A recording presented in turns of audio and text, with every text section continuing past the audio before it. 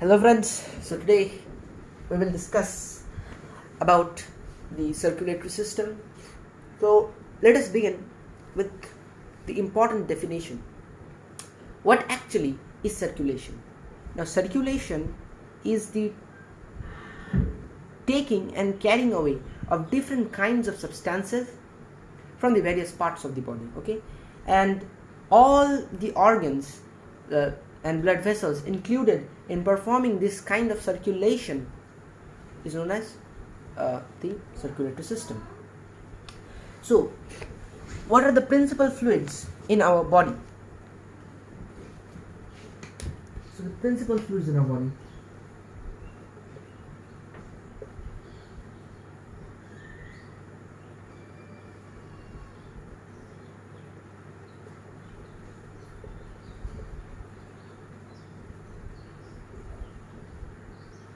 So, what are the principal fluids in our body?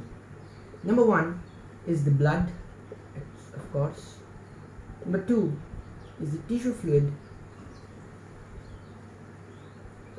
Number three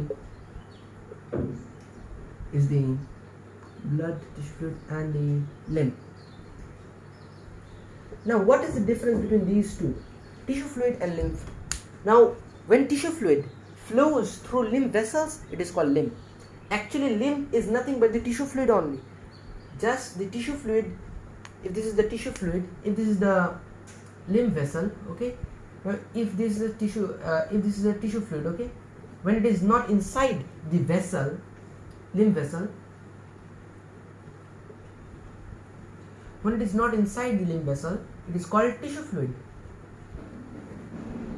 No, it consists of many waste products, okay, and other substances like glucose and other things. So this tissue fluid, when runs in lymph vessels, it is called lymph. Okay, tissue fluid running in lymph vessels is called lymph. Okay. So now these three fluids that we just talked about are fluids that flows in our body, that circulates in our body. Now, not all fluids in our body are circulating fluids. Some of them are also non-circulating, like these are circulating, okay? These are circulating. And now we'll talk about non-circulating fluids. Now, among the non-circulating fluids are the vitreous humor, aqueous humor, vitreous humor also, or aqueous humor.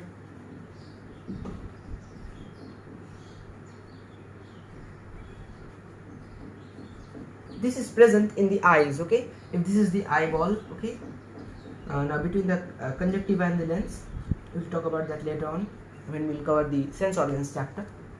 This is the vitreous humor, and this is the aqueous humor, okay. This is the aqueous humor, this is the vitreous humor. So non-circulating fluids are vitreous humor or aqueous humor, and one more is the, where is the dust? And one more is the synovial fluid. What is synovial fluid? It is present between the joints. Like if you take the knee joint, okay, this is the knee joint, this is the femur. Let's take it, it's a femur.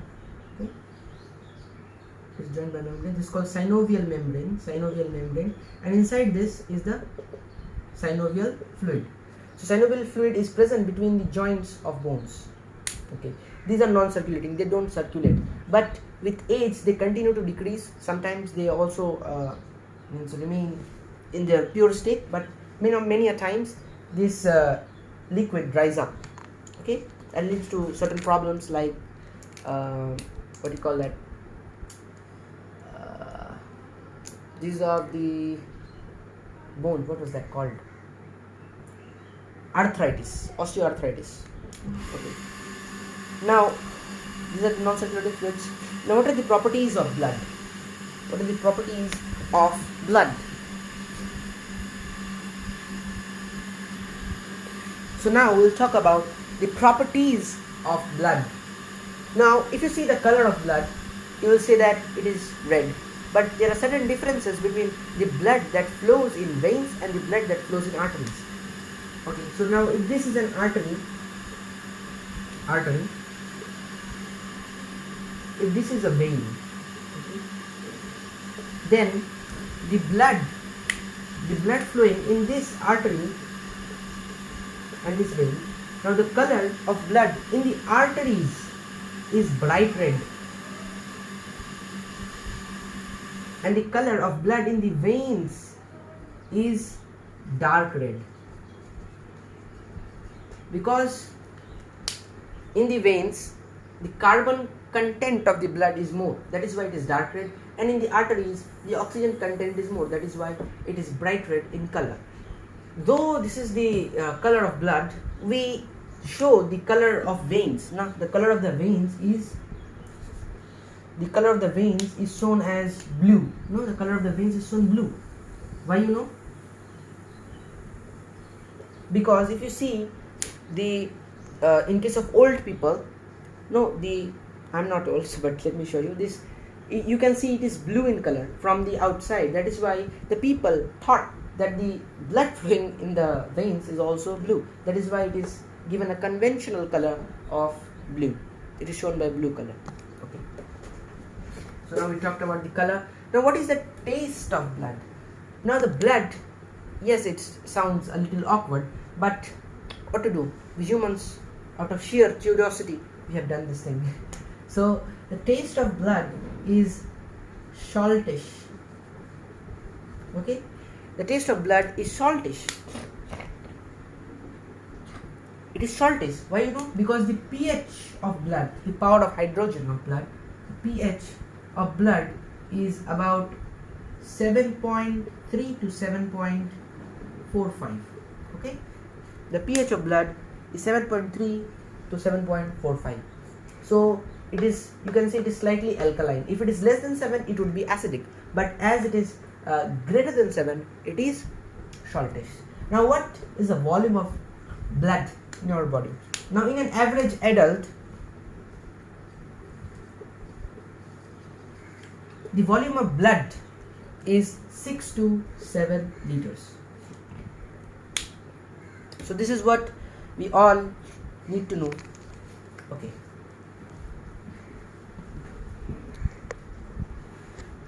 So now we'll discuss about transport by blood. Now blood helps in various transportation of various kinds of substances in our body. Okay. So the first thing is that the transport of digested food. So the food digested in our stomach, okay, and also the remaining food that is absorbed in the small intestine, large intestine. Now it is carried through the blood. Okay, it is carried through the blood and sent to the required portions of the body. Okay, so it's done.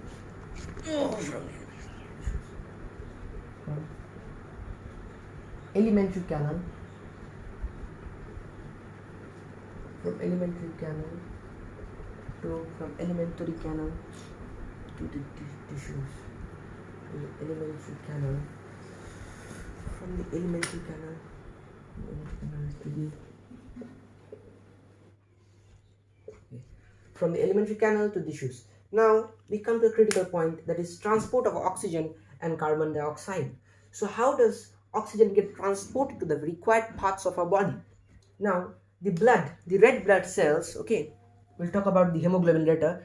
What happens is that, just have a general idea, that hemoglobin of blood, of RBC, okay, hemoglobin combines with oxygen, or hemoglobin also combines with the CO2 evolved from the tissues. Okay, it combines and forms a very unstable compound, that is HbO2. This is called oxyhemoglobin.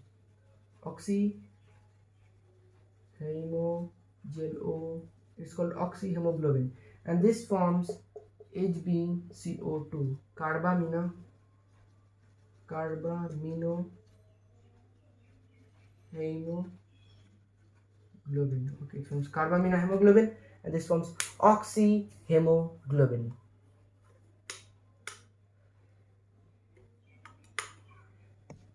Okay, so these two things are transported. Now the transport of hormones. We know hormones are transported directly through the blood. They are poured directly into the blood by the endocrine glands. So these hormones are carried through blood to the required parts of the body, to the required cells and organs of the body that are known as target cells or target organs respectively. So it helps with transportation of hormones. Now we talk about the next topic.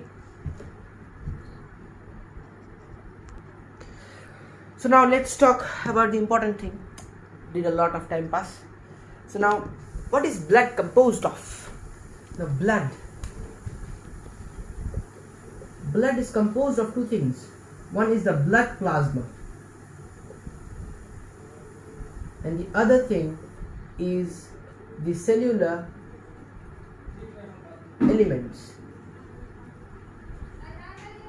So the blood plasma is about 55 to 60%, and cellular elements 45 to 50%. Okay, these two things. So blood consists of blood plasma and the cellular elements. Blood plasma is the major part and cellular elements is the minor part, almost minor, sorry. So the blood plasma, what is blood plasma? We call it blood plasma and not just simply plasma. Why? Because plasma could also refer to the plasmic state of something, like the plasma state of the sun. So we call it blood plasma and not just simply plasma. So what is blood plasma? It's a light yellow colored fluid.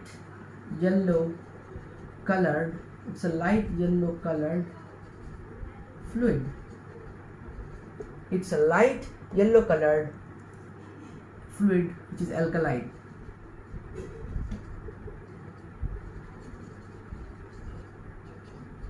Okay, it's a light yellow colored fluid which is alkaline.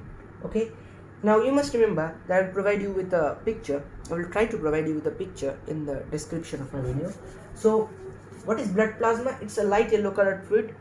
No, the cellular elements actually float in the blood plasma. Okay, so what are the cellular elements? The cellular elements are, let's start from bottom. They are platelets. One is the WBC, white blood cells. One is the red blood cells. Okay. So the red blood cells are also known as erythrocytes. White blood cells are known as leukocytes, and the platelets are known as thrombocytes. Okay, just remember all these things. These all things float in the plasma. Okay, now what is serum? From plasma we come to another point. What is serum? Serum means blood plasma without fibrinogen.